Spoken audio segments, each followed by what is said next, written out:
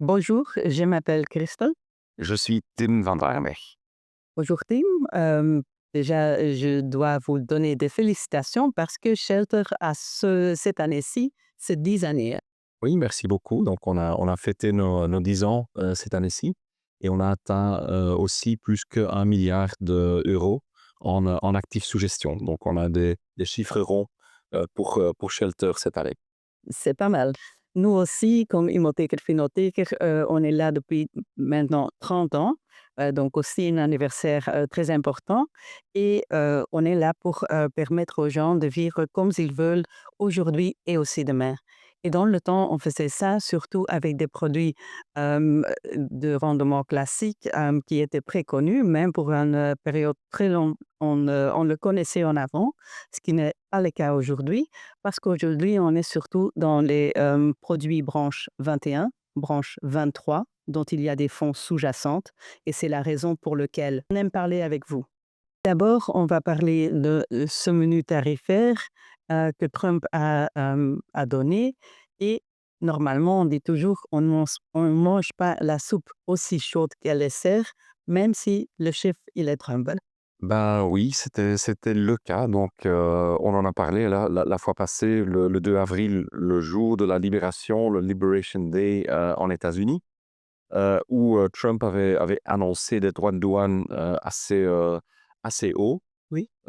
Les marchés, ils ont réagi très négativement, plus négatif qu'attendu, je crois par l'administration de Trump et même, dans le sens où, une semaine plus tard ou même pas une semaine plus tard, il a dû donner, des exemptions, il a dû, reporter, des nouveaux deadlines qu'on a aujourd'hui pour le mois de juillet, même après pour le mois d'août. Donc c'est vrai, donc aussi dans ce cas, on n'a pas mangé la soupe aussi chaude, qu'on la sert. Trump a dû, changer un peu de stratégie, et on voit que les marchés, ont rebondi, très fortement depuis le 9 avril. Et les marchés sont encore aussi plus à l'aise parce que même un tweet de Trump, ça ne fait pas sauter les bourses. Même un guerre de 12 années, de 12 jours, ça a presque pas un effet. Oui, oui, les marchés, ils sont un peu plus habitués, je peux dire, à toute la volatilité, de la part de Trump.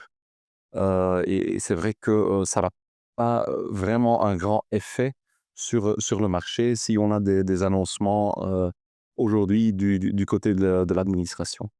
Et les autres chefs d'État, ils se préparent aussi. Par exemple, les chefs de l'Europe, ils sont en train de faire leur propre menu, hein. Oui, et tout le monde est en train de négocier et c'est la stratégie qu'il faut faire avec Trump. Il faut négocier avec lui.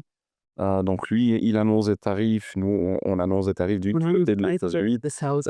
du côté de l'Union européenne et on le voit ici sur le slide un peu dans un peu l'historique, des droits de douane de l'États-Unis, où on voit ici, tout ce qui a été promis pendant la campagne de Trump et le niveau qu'on a aujourd'hui en moyenne. Donc c'est en moyenne, de tous les pays, du niveau de droits de douane où on croit, on estime que, normalement, que l'administration va essayer, de faire des droits de douane en moyenne de 10%, comme, le deal qu'on a vu, déjà, fait au mois de juin. Oui, On va voir. oui. L'été peut être chaud. Ça pourrait, encore, donner de la volatilité, Oui. mais on voit quand même comme on en a parlé, que les marchés, ils ne réagissent pas assez fort, avec tous les nouvelles, qu'on voit aujourd'hui sur, Est-ce que c'est un effet de la partie de l'affaiblissement du US? oui, oui, on le voit ici, hein, donc le dollar, il est en baisse face à l'euro. On vient d'un niveau de 1,04 début de l'année. On est maintenant à 1,16 à peu près. Donc une forte réduite dans le dollar et on le sent aussi du côté de l'action. Donc la bourse américaine, il fait des nouveaux records, en dollars, mais pour un investisseur en euros, vu que le dollar a baissé beaucoup, On le sent dans les portefeuilles et on le voit aussi dans le résultat qui est toujours un peu négatif pour cette année. On a beaucoup parlé dans tous nos rendez-vous précédents de l'inflation. Cette année-ci, on est encore en train de parler peut-être d'une déflation. Qu'est-ce qu'il en est et qu'est-ce que ça a fait pour les obligations? Oui, donc on estime, on croit que inflation ou déflation, ça va plutôt être encore de l'inflation, mais de l'inflation qui est tout à fait acceptable et qui est aussi prévue et planifiée d'une certaine manière par les banques centrales qui visent ou qui ont comme but d'avoir une inflation vers 2%. Et on croit que pour Europe, on va atteindre le niveau de 2%. En États-Unis, on va avoir une inflation qui est un peu plus haut parce qu'on va devoir avoir un effet de transition avec les droits de douane. Donc les prix, ils vont probablement augmenter avec 3%, 3,5%.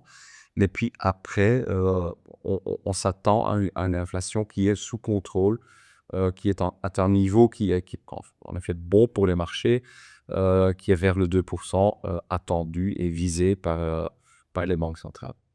Et donc, on va ici, sur le long terme, d'être investi. Ça vaut la peine. Si on a l'estomac pour ça, il faut le faire. Oui, mais il faut avoir l'estomac comme tu dis. Si on a l'estomac, si on a vraiment l'horizon très long et on peut se permettre financièrement, mais aussi psychologiquement, de parfois souffrir dans le marché d'action, on voit que sur le long terme, normalement, typiquement, ce n'est pas toujours le cas. Mais typiquement, sur le long terme, ça vaut la peine de rester investi dans le marché. Merci Tim pour cet exposé sur les marchés. C'était très, très clair. Mais si jamais il y a des personnes qui veulent encore en savoir plus, ils peuvent toujours prendre contact avec le bureau d'Hypotheker Finauthéker dans leur coin. On est là pour vous assister.